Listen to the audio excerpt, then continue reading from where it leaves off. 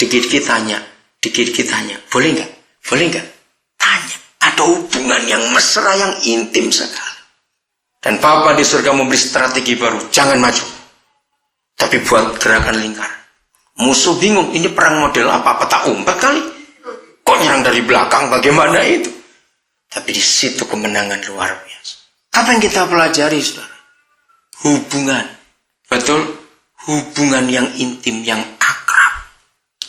Dengan Papa di surga untuk segala hal. Dalam hidup ini. Jadi miliki hubungan ini, saudara, harus sedekat itu. Apa saja kita diskusikan dengan Papa, kita bicara, kita tanya. Oh, Papa akan menghargai sikap yang seperti itu. Jadi jangan lupa, kalau Papa kita bertemu kita waktu kita mencari dia, ingat, dia pasti, masa lupa, belum setengah jam saya ngomong. Kalau dia bertemu kita, dia pasti berbicara. Nggak cuma senyum-senyum, ingat itu. Maka itu perlu sekali kita intim dengan dia. Di dalam segala hal, dalam segala keadaan.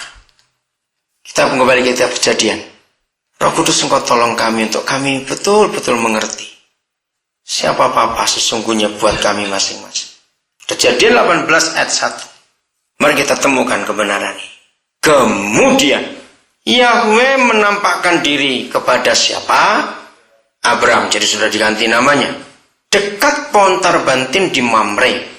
Sedang Abram duduk di pintu kemahnya pada waktu hari panas terik.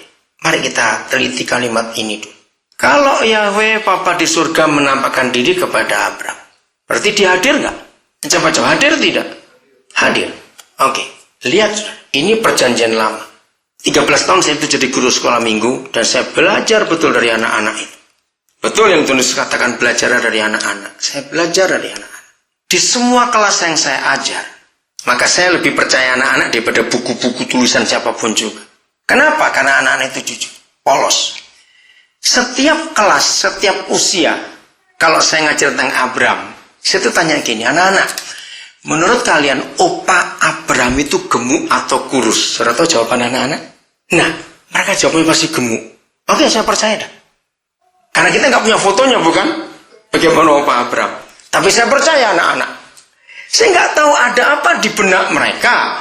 Setiap kali saya tanya mereka, Opa Abram pasti gemuk. Nah, sekarang mari kita lihat. Orang gemuk pada hari panas terik, duduk di pintu kemah, belum ada listrik zaman itu, jadi nggak ada kipas angin atau AC. Sedang apa dia? Ayo kita, ini cara kita mempelajari. Jadi sedang apa Opa satu ini? Ayo cepat jawab, saya tanya ini. Mereka dia sedang apa? Cari angin, betul. Bayangkan gemuk loh ya, oke? Ini logika anak-anak. Jangan-jangan saudara, buat ini pendeta apa-apa ngomong gitu. Tapi enggak, ini cara kita belajar. Pakailah logika anak-anak. Orang gemuk di hari panas terik dan sedang kepanasan, duduk di pintu kemah, kira-kira pakai baju atau tidak? Boleh nggak saya berpikir seperti itu? Ayo, pakai baju nggak kira-kira dia? Nggak usah ragu-ragu, cepat jawab. Pakai baju tidak? Pasti tidak. Pasti sambil kipas-kipas. Oke? Coba merem sebentar. Orang gemuk nggak pakai baju, kipas-kipas. Gaya duduknya seperti apa? Oke, ini lebih jauh. Saya nggak berpikir. Saudara, itu cara kita kenal kebenaran. Bayangkan dalam kondisi kepanasan, kipas-kipas nggak pakai baju. Berarti Abram sedang tidak doa puasa, sedang tidak menyembah, sedang tidak tutup mata. Ayo jawab ya atau tidak? Tidak dalam kondisi rohani sama sekali. Luar biasa. Yang maha besar hadir nemui dia. Kok enggak amin? Enggak ada tulisan, wih Tuhan hadir, Tuhan tunggu saya pakai baju dulu. Enggak. Maaf. Sekarang saya coba bongkar firman ini, saudara. Enak sekali. Yang Maha Kudus hadir menemui kekasihnya. Dalam kondisi nggak berdoa, nggak puasa, nggak pegang alat musik, nggak apa-apa. Nggak pakai baju, kepanasan. Dan gak ada tulisan Abram membuat formalitas. Tidak. Dan hari itu Yahweh hadir dengan dua pesan. Pesan pertama, Ishak lahir yang aku janjikan. Lalu Sarah tertawa. Nenek gak tahu diri. 90 tahun hamil itu kan, aduh. Bisa bayangkan. Maka itu Sarah tertawa. Gak lucu.